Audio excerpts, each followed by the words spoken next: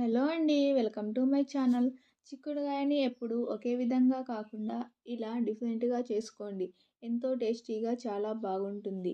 ముందుగా చిక్కుడుగాయలని చిన్న చిన్న ముక్కలుగా చేసుకొని కొన్ని నీళ్లు పోసుకొని ఉడకబెట్టుకోవాలి.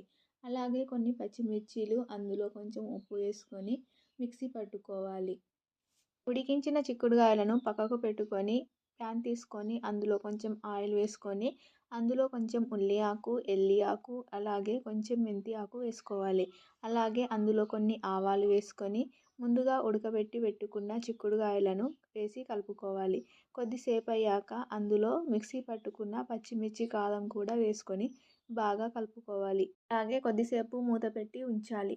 తర్వాత మూత తీసి మళ్ళీ బాగా కలుపుకొని అందులో కొంచెం ఫైనల్గా కొత్తిమీర ఆకు వేసుకొని మంచిగా కలుపుకోవాలి. అంతే, ఎంతో టేస్టీగా ఉండే చిక్కుడుగాయ రెసిపీ రెడీ అయిపోయినట్లే. Please subscribe.